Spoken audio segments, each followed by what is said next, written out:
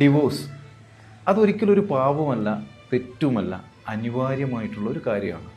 നാണം കെട്ടും അഭിമാനം നഷ്ടപ്പെടുത്തിയും പിടിച്ചു നിന്ന് അവസാനം താൻ സ്വയം ആരാണെന്ന് തിരിച്ചറിയാൻ പറ്റാത്ത രീതിയിൽ തകർന്ന് തരിപ്പണമായി പോകുന്ന ജീവിതങ്ങളാണ് നിങ്ങളെങ്കിൽ, അല്ലെങ്കിൽ ജീവിതമാണ് നിങ്ങൾക്കെങ്കിൽ, ഒരിക്കലും നിങ്ങൾ അവിടെ അതിജീവിക്കാൻ വേണ്ടി ശ്രമിക്കരുത്. അവിടെ പിരിയലാണ് ഏറ്റവും ഉത്തമം. കാരണം അവിടെ ഒരിക്കലും മാതൃകായോഗ്യമായി ഒന്നും തന്നെ ഇല്ല എന്നുള്ളതാണ് വാസ്തവം.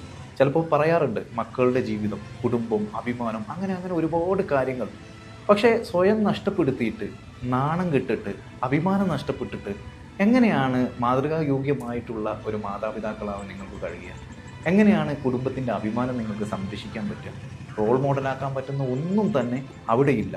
പൊട്ടിയ പാത്രം ഒരുപാട് കാലം കൂട്ടിച്ചേർത്ത് ഒന്നിനും ഉപയോഗിക്കാൻ പറ്റാത്ത അവസ്ഥ വീണ്ടും വരികയാണെങ്കിൽ അത് ഉപേക്ഷിക്കലാണ് ഏറ്റവും ഉത്തമം. ശരിയല്ലേ?